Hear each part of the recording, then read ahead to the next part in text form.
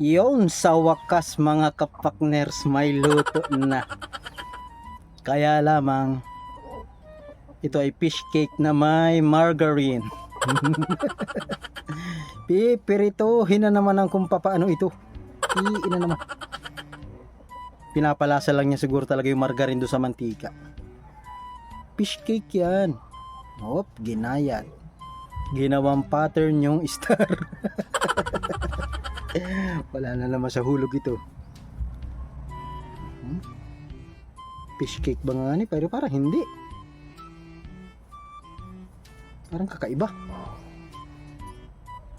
Hindi ko alam kung ano yun. Daming ginisa mix. Nilagyan ng tubig. Sasabawan. Manok, lalagyan huli ng pampalasa.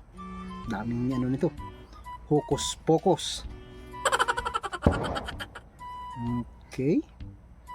Kung ano nangyayari na naman ito. Wala pang sili, wala pa. Wala pa nilalagay na sili. Makakatikim pa rin tayo nito. Minikos-mikos na, minarinade. Nilagay sa rep. Lugari? Hindi mo, ano din ito? Mantika. Ay, mantika. Galing. May hulma. Parang gulaman. Galing ng mantika na. Siguro may hulmahan siya. Parang inilalagay niya yung mantika sa rep.